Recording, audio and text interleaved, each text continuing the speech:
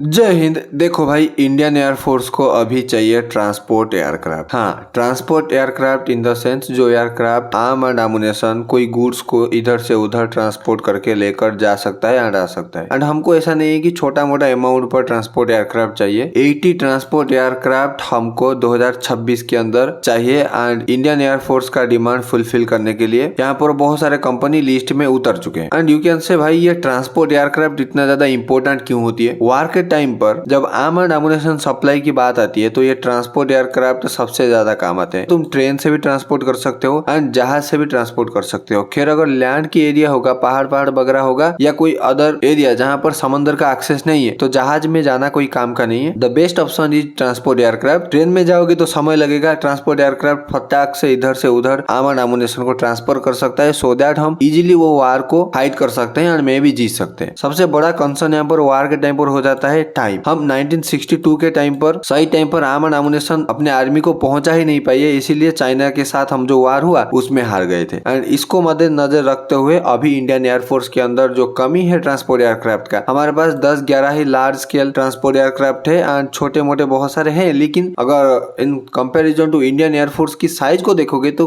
कम है यहाँ पर। तो इसको फुलफिल करने के लिए इंडियन एयरफोर्स बाय करने जा रहा है 80 ट्रांसपोर्ट एयरक्राफ्ट एंड इसमें US, Brazil and European firms competition में उतर चुकी है। एंड ये जो है ना, ये एक मीडियम ट्रांसपोर्टेशन एयरक्राफ्ट है। जो सबसे बड़ा वाला ट्रांसपोर्ट एयरक्राफ्ट होता है ना, जैसे कि C-17 ग्लोब मास्टर, भाई साहब इसका पंखा के अंदर 4 फैन लगे होते हैं एंड ये पंखा मुड़कर रहता है भाई, इतना प्रेशर होता है। उससे छोटा होता है, 20 से 30 टन यू कैन से इसका पेलोड कैपेसिटी होता है एंड इसका तो भाई साहब 70 टन के आसपास है। एंड बहुत बड़ा भी बहुत जगह काम नहीं आता है, मीडियम साइज का बहुत जगह काम आता है। तो इसीलिए इंडियन एयरफोर्स को ये चाहिए। एंड डिफेंस मिनिस्ट्री बहुत जल्दी टेंडर निकालने वाला है और इसमें आगे अभी 3 कंपनियां आ चुके हैं। एंड ये जो 80 ट्रांसपोर्ट एयरक्राफ्ट हम बाय करने जा रहे हैं, ये ऐसा नहीं है कि बाहर से हम डायरेक्टली खरीदेंगे। अभी हमारे इंडिया में क्या हो रहा है पता है? Make in India initiative. And इस मेक इन इंडिया इनिशिएटिव के तहत तुम जो भी डिफेंस डील को देखोगे तो 99% डिफेंस डील अभी हम ऐसे कर रहे हैं जो कि इंडिया में मैन्युफैक्चर किया जाएगा।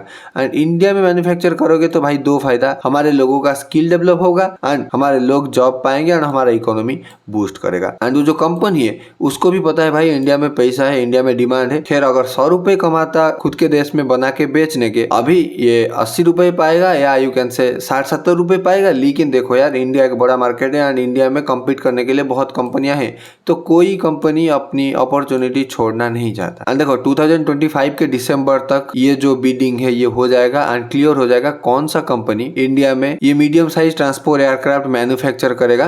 एंड अभी तो गवर्नमेंट का नंबर 80 है, लेकिन आने वाले टाइम पर ये नंबर और भी बढ़ सकता है एंड यू कैन से ये 150 तक तो आराम से जा सकता है आने वाले 3-4 सालों के अंदर, क्योंकि हमारा डिफेंस इंडस्ट्री अभी डबल होने जा रहा है आने वाले 3-4 साल के अंदर। तो ऑन एन एवरेज देखा जाए तो ये ग्रोथ करने वाला है। तुम इसे 80 के नंबर को पकड़ के ये मत सोचना कि भाई साहब छोटा नंबर है, नहीं यार। 80 को 150 को 300 को 500 होने में समय नहीं लगता है, 10 साल के अंदर ये भी हो सकता है भाई। एंड देखो यूएस की एक कंपनी है लॉकहीड मार्टिन, इसका C-130J सुपर हरकुलस ये मॉडल को बेचने के लिए आगे आ चुका है एंड ये बिडिंग प्रोसेस में पार्ट लेने वाला है। एंड अगर एक और कंपनी की बात करोगे जो ब्राजील से है भाई साहब, हाँ ब्राजील का भी एक कंपनी है जो कि ट्रांसपोर्टेशन एयरक्राफ्ट मैन्युफैक्चर करता है भाई साहब, एम्ब्रेयर प्रेजेंट्स KC-390 मिलेनियम। ये एक छोटे साइज का ट्रांसपोर्टेशन एयरक्राफ्ट है एंड इंडिया को ब्राजील के द्वारा ऑफर भी किया जा रहा है कि हम मैन्युफैक्चर कर सकते हैं तुम्हारा medium size transportation aircraft. And European union की जो एयरबस कंपनी है, इसका A400M मॉडल इंडिया को ऑफर किया जा रहा है कि हम इंडिया में मैन्युफैक्चर कर सकते हैं। लेकिन बात क्या है पता है? हम ऑलरेडी ना ये जो C-30J है ये मॉडल को ऑपरेट करते हैं एंड अभी टाटा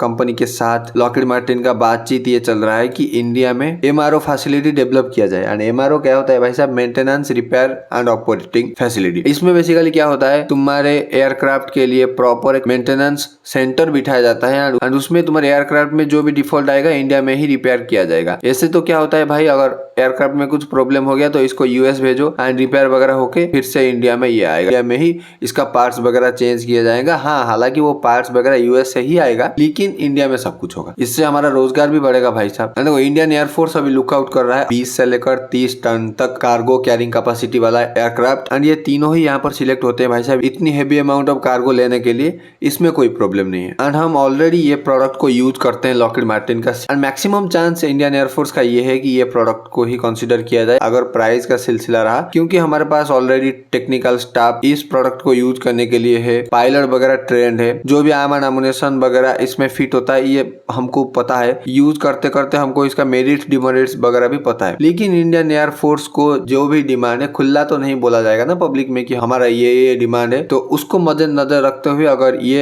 एयरक्राफ्ट फुलफिल कर पाया तो Indian air force no doubt Lockheed Martin को ही चूज करेगी। लेकिन अगर एयरफोर्स का डिमांड फुलफिल ना हुआ, ये KC-390 को भी चूज किया जा सकता है एंड एयरबस का 400M को भी चूज किया जा सकता है। जो भी हो, ये तीनों कंपनियां बाहर की है, हमको कोई खास ज्यादा फायदा नहीं होने वाला है अगर कॉस्ट के अलावा देखोगे तो। देखो, लॉकहीड मार्टिन टाटा के साथ कोलैबोरेशन में आ चुकी है कि ये प्रोडक्ट को इंडिया में मैन्युफैक्चर किया जाएगा एंड टाटा इसका कुछ पार्ट प्रोडक्शन करेगी, लॉकहीड मार्टिन कुछ पार्ट प्रोडक्शन करेगी, ऐसे करके इंडियन एयरफोर्स को ये सौंपा जाएगा। एंड ये एम्ब्रेयर KC-390 ये भी महिंद्रा ग्रुप के साथ पार्टनरशिप में आ चुकी है भाई, कि हम मैन्युफैक्चरिंग करेंगे इंडिया में। महिंद्रा का भी एक डिफेंस कंपनी है जिसका नाम है Mahindra defence, you can search on Google. इसका भी फिक्स है भाई साहब मैन्युफैक्चरिंग पार्टनर इंडिया में कौन होने वाला है। लेकिन जो एयरबस है ये अभी तक किसी के साथ पार्टनरशिप में आया नहीं है, मेरे को लगता है कि पीछे रह गया।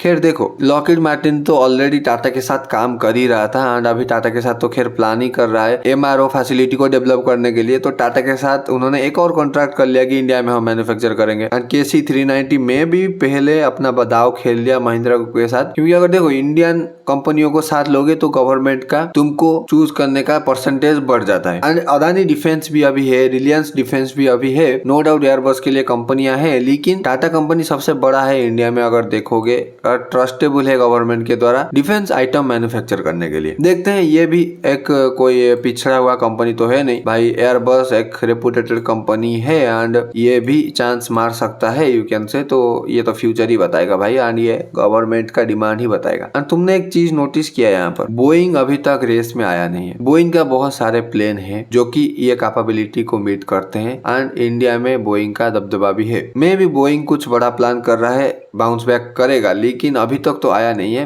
देखते हैं क्या होता है। आई होप बोइंग आ जाए, क्योंकि जितना ज्यादा कंपटीशन बढ़ेगा उतना ज्यादा हमको कॉस्ट के बेसिस पर फायदा होने वाला है भाई साहब। एंड ये जो लॉकहीड मार्टिन का C-130 जो है ना, ये लगभग 20 टन की कैपेबिलिटी के साथ उड़ सकता है, यानी कि इसका पेलोड कैपेसिटी 20 टन है। एंड ये ब्राजीलियन एयरक्राफ्ट का लगभग 26 टन के आसपास का पेलोड कैपेसिटी को लेकर एक जगह से दूसरी जगह उड़कर जा सकता है। And last but not the list, A400M ये सबसे ज्यादा पेलोड कैपेसिटी को लेकर जा सकता है 37 टन। खैर इंडियन गवर्नमेंट का 30 टन तक का ही टारगेट है, लेकिन अगर वही सेम कॉस्ट या उसके आसपास के कॉस्ट में 37 टन वाला ये एयरक्राफ्ट मिल जाए तो भाई हमारे लिए ही ऑब्वियसली फायदा है। एंड ये जो डील अभी हो रहा है ना, ऑलरेडी पहले हो चुकी है बातचीत एंड इसमें कोई एक्शन नहीं लिया गया। अगर पास्ट में 3 साल जाओगे तो उस टाइम गवर्नमेंट के साथ डिफरेंट कंपनियों का बातचीत हुआ था 40 ट्रांसपोर्टेशन एयरक्राफ्ट के लिए, लेकिन तभी कॉस्ट का प्रॉब्लम था एंड इंडियन गवर्नमेंट का बजट भी भाई खत्म हो गया था। तो इंडियन गवर्नमेंट ने उसके ऊपर एक्शन नहीं लिया और यू कैन से ले ही नहीं पाएंगे भाई, पैसा नहीं है तो कहां से लेंगे भाई। देखते हैं भाई साहब क्या होता है, गवर्नमेंट का एक्शन कितना दूर अभी सफल हो पाता है। 3 साल पहले तो फेल ही हो गया था। एंड ये ट्रांसपोर्टेशन एयरक्राफ्ट इंडियन एयरफोर्स में कब ज्वाइन करता है। तो thank you so much for watching this video. This is Manoj this side signing off.